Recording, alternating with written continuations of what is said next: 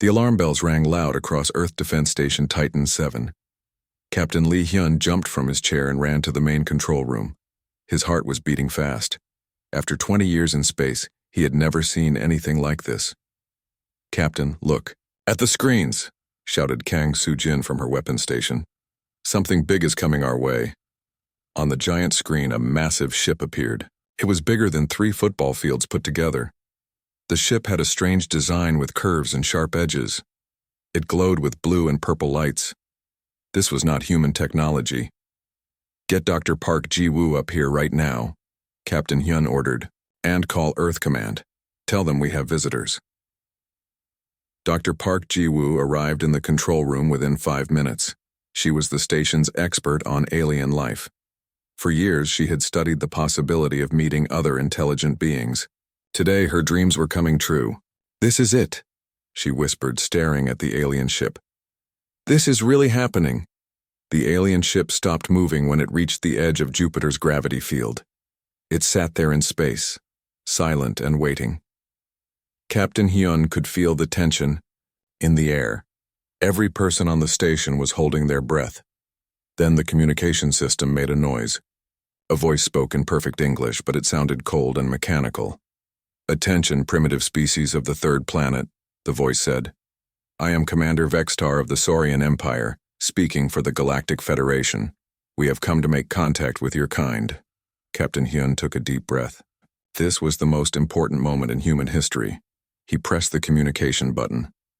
"This is Captain Lee Hyun of Earth Defense Station Titan 7, he replied. "Welcome to our solar system, Commander Vextar. We are honored to meet you." There was a long pause. Then Commander Vextar spoke again. "We will send a small ship to your station. Prepare to receive our diplomatic team. Do not attempt to use your weapons against us. Your primitive technology cannot harm our ships." Dr. Park Ji-woo looked worried. "Captain, they called us primitive twice already. That's not a good sign." Captain Hyun nodded. He had noticed it too. These aliens seemed to think humans were weak and backward. This could be a problem. 2 hours later, a smaller alien ship docked. With Titan 7, the airlock opened with a hissing sound. 3 alien creatures walked into the station. Commander Vextar was the first to enter. He was tall, about 7 feet, with green, scaly skin like a lizard. His eyes were yellow and cold. Behind him came 2 other aliens. One looked like a giant insect with 4 arms. The other was similar to Vextar but smaller. "So, these are humans," Commander Vextar said, looking around the station. His voice showed no respect. "You look exactly as our scouts reported, weak and soft." Dr. Park Ji-woo stepped forward. She had prepared for this moment her whole life. "Commander Vextar, I am Dr. Park Ji-woo, specialist in first contact protocols. We are very happy to meet representatives of the Galactic Federation. We hope this can be the beginning of a long friendship between our species." The insect-like alien made a clicking sound that might have been laughter. "Friendship?" Commander Vextar asked. "That depends on whether your species can be useful to the Federation. Tell me, what weapons do you use to defend yourselves?" Captain Hyun felt uncomfortable with the question, but he decided to be honest. "We use various weapons, Commander. Railguns, mass drivers, and improved versions of our traditional firearms." Commander Vexatar's eyes went wide. Then he started laughing. It was a harsh, ugly sound. "You still use kinetic weapons?" he asked, unable to believe it. "Metal projectiles and chemical explosives? How wonderfully primitive." The other aliens joined in the laughter. Commander Vextar walked over to examine one of the station's defense turrets. "Look at this," he said to his companions. "They still fire solid objects at their enemies. Most civilizations stopped using such crude weapons thousands of years ago." Kang Soo-jin's face turned red with anger. She did not like being laughed at. "Our weapons work very well. Thank you," she said firmly. "Oh, I'm sure they do against other primitive species," Commander Vextar replied. "But against real military technology, they are useless. Watch." The alien commander pulled out a weapon from his belt. It looked like a crystal attached to a metal handle. He pointed it at a thick steel wall and pressed a button. A bright red beam shot out and hit the wall. The metal began to glow and melt. Within seconds, there was a hole big enough for a person to walk through. "This is a standard plasma rifle," Commander Vextar explained. "Every soldier in the Federation carries one. It can cut through any armor your species has ever made." The humans watched in silence. The weapon was impressive, but Captain Hyun noticed something interesting. The beam had taken several seconds to cut through the wall, and the weapon glowed hot after firing just once. "Very impressive," Dr. Park Ji-woo said politely. "Your technology is clearly more advanced than ours." "Much more advanced," Commander Vextar agreed. "Which brings up an important question. Why do you humans still use such old weapons? Every intelligent species discovers energy weapons early in their development. Yet you seem to have chosen to stick with throwing rocks and metal." Captain Hyun and Dr. Park Ji-woo looked at each other. They both had the same thought. These aliens did not understand humans at all. "Commander," Captain Hyun said slowly, "perhaps we could show you how our weapons work? I think you might find it educational." "Commander," Vextar laughed again, "you want to demonstrate your primitive weapons to us? How amusing." "Very well, human, show us your rocks and sticks. We could use some entertainment." "I'll contact Mars Command," Dr. Park Ji-woo whispered to Captain Hyun. "Colonel Kim Tae-ho has been waiting for something like this." Captain Hyun smiled for the first time since the aliens arrived. These visitors thought they knew everything about human weapons. They were about to learn how wrong they were. "Commander Vexistar," Captain Hyun said formally, "I would like to invite you and your team to our military proving grounds on Mars. There you can see a proper demonstration of human weapons technology. And I suppose you expect us to be impressed by your metal-throwing devices?" Commander Vexistar asked. "I expect you will find it very interesting," Captain Hyun replied. "Perhaps even surprising." The alien commander's yellow eyes narrowed. Something in the human's voice made him curious. "Very well," Commander Vexistar decided.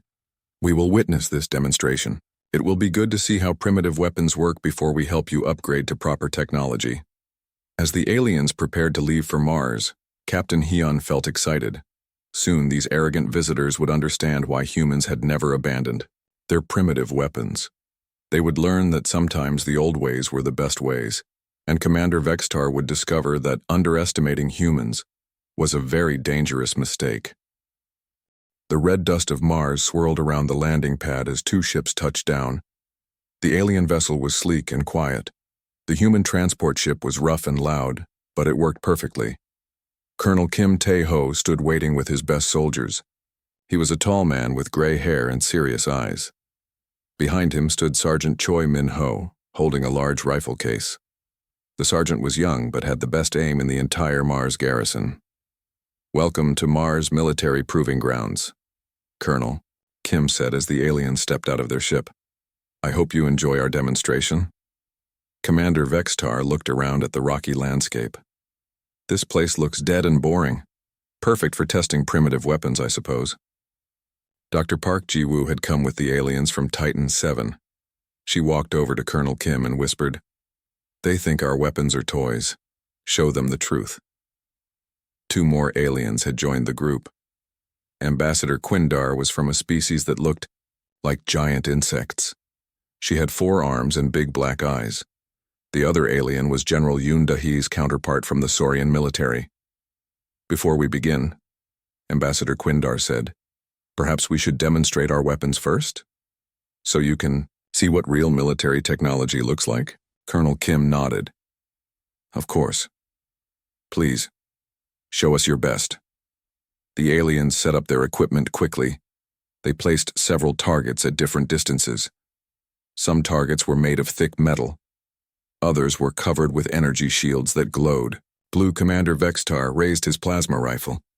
"Watch carefully, humans. This is how modern warfare works." He fired at the first target 50 meters away. The red beam hit the metal target and melted it completely. The aliens looked proud.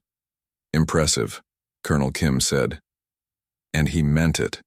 The weapon had destroyed the target easily. Ambassador Quindar stepped forward with a different weapon.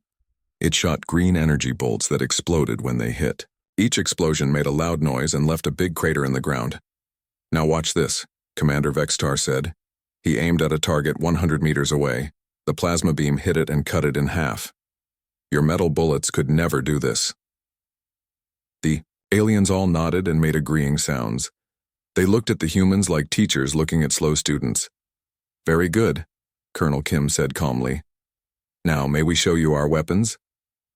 Commander Vextar waved his hand. "Go ahead, show us your primitive metal-throwing devices." Sergeant Choi Min-ho opened his rifle case. Inside was a weapon that looked simple compared to the alien technology. It was black metal with a long barrel. No glowing parts, no energy crystals, just solid practical engineering. "This is a modified 50 caliber rifle," Sergeant Choi explained. "We use it for long-range precision shooting." The aliens looked at each other and started laughing again. "It looks like something from a museum," Ambassador Quindar said. "How can such an old design compete with energy weapons?" Sergeant Choi said nothing. He just loaded a single bullet into the rifle and lay down on the ground. He looked through the scope for a few seconds. "What is your target?" Commander Vextar asked. Colonel Kim pointed to a piece of alien battle armor that the visitors had brought. It was the same armor that had easily stopped their plasma fire during previous tests. "That armor at 200 meters, Colonel Kim said. Commander Vextar laughed. "Impossible. Our battle armor can stop any kinetic weapon. The metal is too hard and the energy field will deflect your bullet." Sergeant Choi took a deep breath and held it. His fingers squeezed the trigger slowly. The rifle made a loud bang that echoed across the Mars landscape. The bullet flew through the thin Mars air faster than sound. It hit the alien armor and punched straight through it. The armor that had stopped plasma beams was now useless. With a clean hole through the center, the alien stopped laughing. "Lucky shot," Commander Vextar said, but his voice was not as confident as before. "Let me try something harder," Sergeant Choi said. He pointed to a flying drone that was moving back and forth in the distance. "That target is 1 kilometer away and moving." Ambassador Quindar shook her head. "Our best shooters cannot hit moving targets at that distance with energy weapons. The beam spreads too much." Sergeant Choi adjusted his scope and waited. He watched the drone's pattern for 30 seconds. Then he fired. The bullet traveled for almost 3 seconds. The drone was moving left when suddenly it exploded in a shower of metal pieces. The alien stood in complete silence. "How?" Commander Vextar whispered. "Physics," Dr. Park Jiwoo said simply. "Your energy weapons lose power over distance.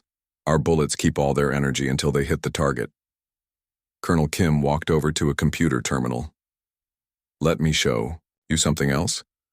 On the screen appeared a video of a space battle. Human ships were fighting against unknown alien vessels. "This battle happened 2 years ago," Colonel Kim explained. "Watch how our weapons work in space."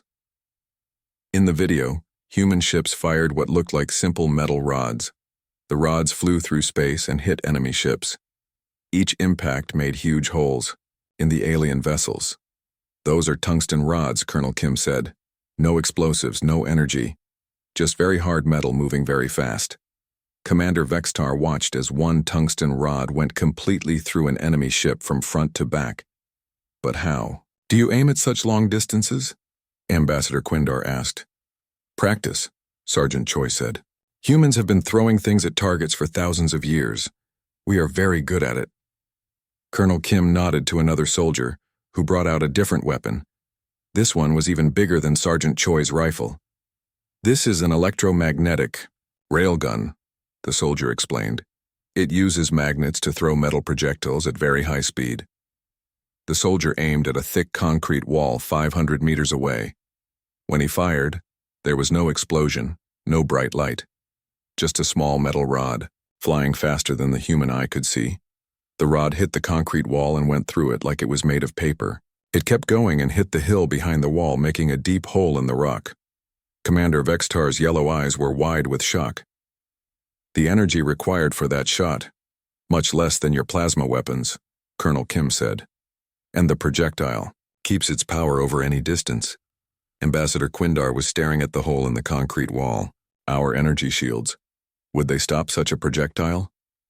No, Dr. Park Ji-woo said simply. Energy shields work by deflecting charged particles. Our bullets are not charged.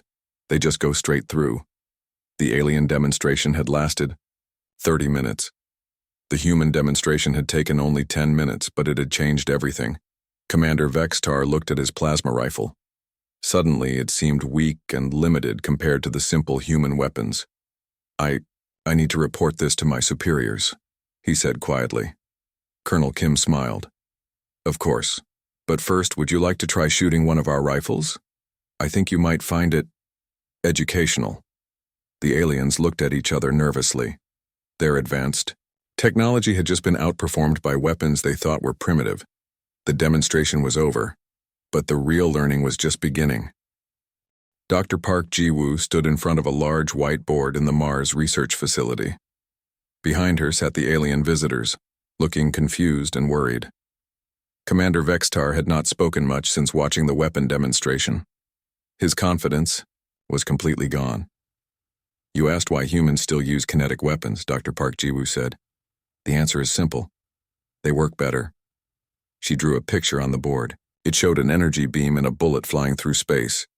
When you fire an energy weapon, the beam spreads out as it travels. By the time it reaches a distant target, much of the power is lost. But a bullet keeps all its energy until it hits something. Ambassador Quindar raised one of her 4 hands. But our energy weapons can cut through thick metal easily. Yes, at close range, Dr. Park Ji-woo agreed. But what happens at long range? Dr. Lim Jae-sung entered the room carrying a box of equipment. He was a thin man with thick glasses who had spent years studying physics and warfare. Let me show you something, Dr. Lim said. He set up 2 devices on a table. One shot a laser beam. The other fired small metal balls. Both weapons use the same amount of energy, he explained. Watch what happens at different distances. He fired the laser at a metal plate 5 meters away. The laser cut through it quickly. Then he fired the metal ball launcher at the same distance. The metal ball punched a clean hole through the plate. So far, both weapons work well, Dr. Lim said. Now let's try 50 meters. He moved the targets much farther away. The laser beam hit the metal plate but only made a small burn mark. The metal ball smashed completely through the plate and kept going. Commander Vextar leaned forward. Why does the laser become weaker? Physics, Dr. Lim said simply. Energy spreads out. Matter does not. A bullet that weighs 10 grams will always weigh 10 grams no matter how far it travels. Professor Bae Youngmi walked into the room carrying a briefcase. She was older than the other scientists, with gray hair and hands that were stained from years of working with metals. I want to show you something else, Professor Bae said. She opened her briefcase and took out several small metal objects. These are bullets made from different materials, she explained. This one is made from tungsten. This one is made from depleted uranium. This one is made from a new alloy we developed. She held up the newest bullet. It was dark gray and seemed to absorb light. This bullet can go through any armor that exists in your galaxy, Professor Bae said confidently. Ambassador Quindar looked skeptical. Any armor? Even our quantum-hardened battle suits? Especially those, Professor Bae replied. Your quantum hardening works against energy weapons. It does nothing against solid matter moving at high speed. Dr. Park Ji-woo drew another picture on the board. This one showed a shield deflecting energy but a bullet going straight through. Your shields work by creating electromagnetic fields, she explained. These fields can stop charged particles like plasma or laser beams, but they cannot stop uncharged matter. Commander Vextar was starting to understand. So our best defenses are useless against your weapons? Not useless, Dr. Park Ji-woo said politely. Just not designed for the right threat. Lieutenant Shin Hae-won entered the room wearing a flight suit. She was a small woman with quick movements and sharp eyes. Dr. Park, the orbital demonstration is ready, Lieutenant Shin announced. Perfect timing, Dr. Park Ji-woo said. Commander Vextar, would you like to see how kinetic weapons work in space? The group moved to the observation deck. Through the large windows, they could see up into the thin Mars sky. Lieutenant Shin explained what was about to happen. We have a target satellite in orbit above Mars. It's protected by the same type of energy shields your ships use. High above, a human spacecraft moved into position. It was small and simple compared to the alien vessels, but it worked perfectly for its job. The ship will drop a tungsten rod, Lieutenant Shin said. No explosives, no energy weapons, just a heavy metal rod falling toward the planet. Commander Vextar watched through a telescope as the human ship released something. It was too small to see clearly, but he knew it was there. How long until impact? Ambassador Quindar asked. 30 seconds, Lieutenant Shin replied. The aliens watched the sky. They saw nothing at first. Then suddenly there was a bright flash of light above them. The tungsten rod just hit the target satellite, Lieutenant Shin announced. Impact speed was approximately 10 kilometers per second. On a computer screen, they could see the results. The target satellite had been completely destroyed. Nothing was left but small pieces of metal floating in space. The energy shields? Commander Vextar asked weakly. Had no effect, Lieutenant, Shin said. The rod went through them like they were not there. Dr. Lim Jae-sung pulled up more data on his computer. The impact energy was equivalent to a small nuclear explosion, but we used no explosives at all, just gravity and a heavy metal rod. Ambassador Quindar was staring at the computer screen. One projectile destroyed a target that would require sustained bombardment from our energy weapons. And it cost us almost nothing, Professor Bay added. Tungsten is cheap, gravity is free. The most expensive part was the fuel to get the rod into orbit. Commander Vextar sat down heavily in a chair. For 3,000 years, the Saurian Empire has built our military around energy weapons. We thought kinetic weapons were primitive and weak. They are primitive, Dr. Park Ji-woo agreed. But primitive does not mean ineffective. Sometimes the simplest solution is the best solution. Dr. Lim brought up another demonstration on his computer. It showed the difference between energy weapons and kinetic weapons in various situations. In atmosphere, energy weapons lose power to air resistance, he explained. In space, they lose power to distance. In electromagnetic storms, they stop, working completely. But kinetic weapons work the same way in all environments. Lieutenant Shin nodded. Last year, we fought a battle near a star with strong magnetic fields. The enemy's energy weapons became useless. Our kinetic weapons worked perfectly. Professor Bay held up another special bullet. We have also developed ammunition for specific targets. This bullet is designed to punch through energy shields. This one creates maximum damage inside armored vehicles. This one can penetrate 50 meters of solid rock. Commander Vextar looked at the simple metal objects. They looked so basic compared to the complex energy weapons his people used. How do you aim these weapons so accurately? He asked. Practice, Dr. Park Ji-woo said. Humans have been throwing projectiles for hundreds of thousands of years. We are very good at calculating trajectories. She drew a final picture on the board. It showed the path of a bullet through the air, with calculations for wind, gravity, and distance.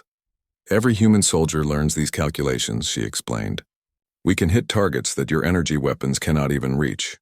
Ambassador Quindar was quiet for a long time. Finally, she spoke. We have made a serious mistake, she said. We assumed that newer technology was always better technology. Not always, Dr. Park Ji-woo replied. Sometimes the old ways survive because they work. Commander Vextar stood up slowly. He looked older than when he had arrived. I need to contact my government immediately, he said. The Galactic Federation needs to know about this. As the aliens prepared to leave, Dr. Park Ji-woo smiled. The demonstration had been successful. Soon, the entire galaxy would understand why humans had never abandoned their primitive weapons. Sometimes the best technology was the technology that simply worked. General Yoon Da-hee stood in the Mars Command Center looking at a large map of the galaxy. She was a serious woman with short black hair and eyes that had seen many battles. Around the table sat the alien visitors and several human military officers. You want to know why humans became so good with kinetic weapons? General Yoon asked. The answer is simple. We had to be. She pressed a button, and the map changed to show Earth's history. For thousands of years, humans fought each other, she explained. We had wars over food, land, water, and ideas. Every generation had to build better weapons than the last generation. Commander Vexitar looked uncomfortable. Your species fought among themselves? Constantly, General Yoon replied. It was terrible, but it made us very good at warfare. Captain Oh Sungmin entered the room. He was a veteran soldier with scars on his face and hands. He had fought in battles across 3 star systems. I was at the Battle of Centauri Prime, Captain O said. We were outnumbered 10-1 by the Krell Empire. They had energy weapons, shields, and advanced ships. Ambassador Quindar leaned forward. How did you survive? We used what we were good at, Captain O replied. Long-range shooting, careful planning, and weapons that worked when theirs failed. He walked over to a wall display and showed pictures. From the battle, the Krell attacked our colony with plasma cannons and energy shields.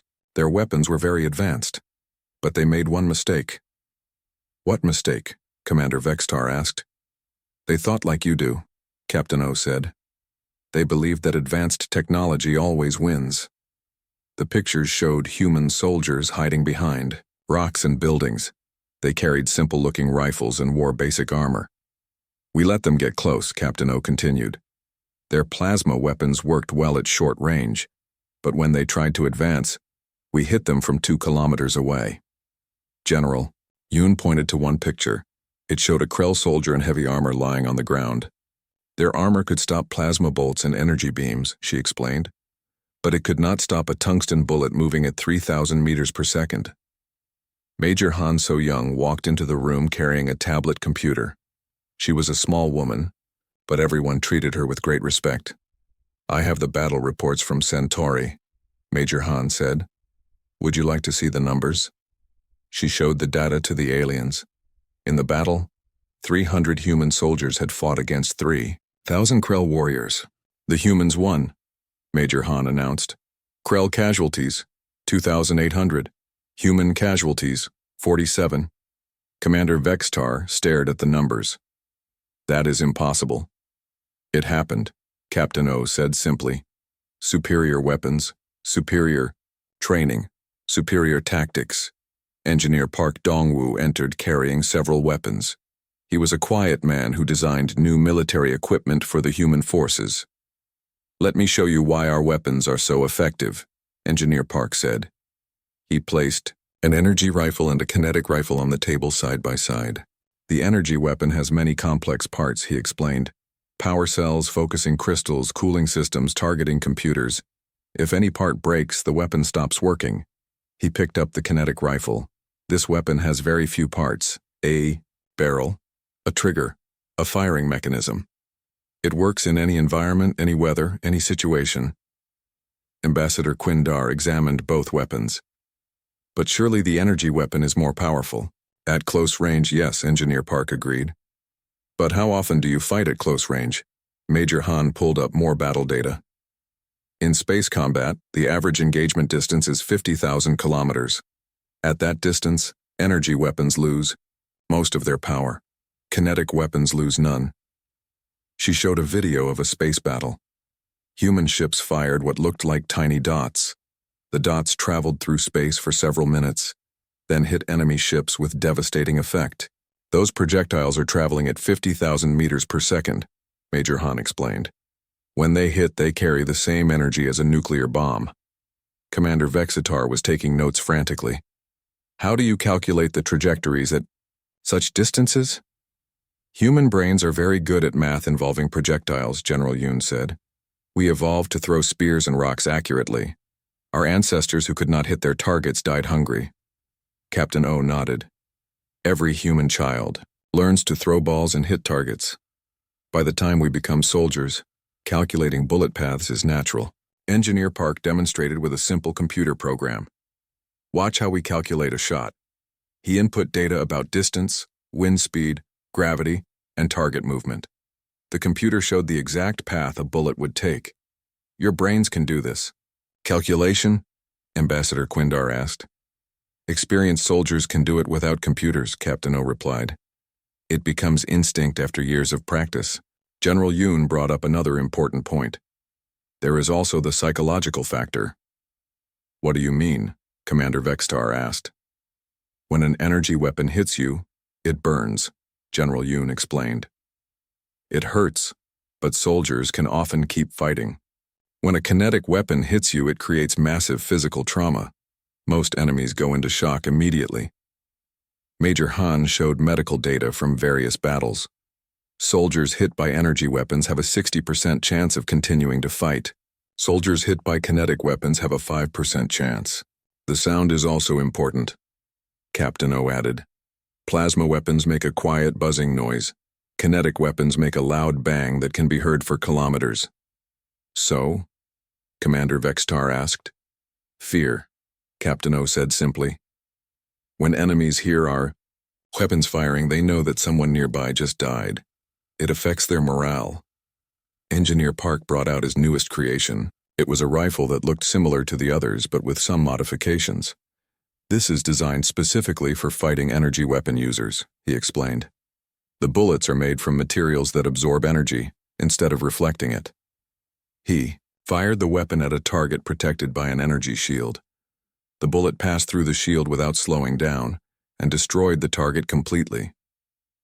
Your shields actually make our bullets more effective, Engineer Park said. The energy field heats up the bullet and makes it even more destructive. Ambassador Quindar was quiet for a long time. Finally, she spoke. We have been fighting wars wrong for thousands of years. Not wrong, General Yoon said kindly. Just differently. You developed energy weapons because they seemed more advanced. We kept kinetic weapons because they worked better for us. Commander, Vextar looked at all the human weapons and data. What would happen if the Federation faced a full human military force? General Yoon smiled, but it was not a happy smile. Let us hope that never becomes necessary, Commander. The aliens left the meeting room with much to think about.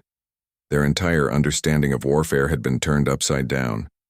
The humans had shown them that sometimes the oldest solutions were still the best solutions. 6 months later, Admiral Lee Kyung-ho stood on the deck of the battleship Seoul's Pride, watching alien ships arrive at the new human military academy on Mars. He was an old man with white hair, but his eyes were still sharp and his mind was still quick. Admiral, the Federation transport ships are requesting permission to dock, reported Commander Nam Woo-jin. Permission granted, Admiral Lee replied. How many cadets are we expecting today? 200 from 12 different species, Commander Nam answered, including 50 from the Saurian Empire. Admiral Lee smiled. The galaxy had changed dramatically since the first contact with Commander Vextar. Word had spread quickly through the Federation about human weapons technology. Doctor. Jang Mi-ran approached with her data tablet. She was a military psychologist who studied how different alien species learned human fighting methods. Admiral, we have some interesting results from the first training groups, Dr. Jang said.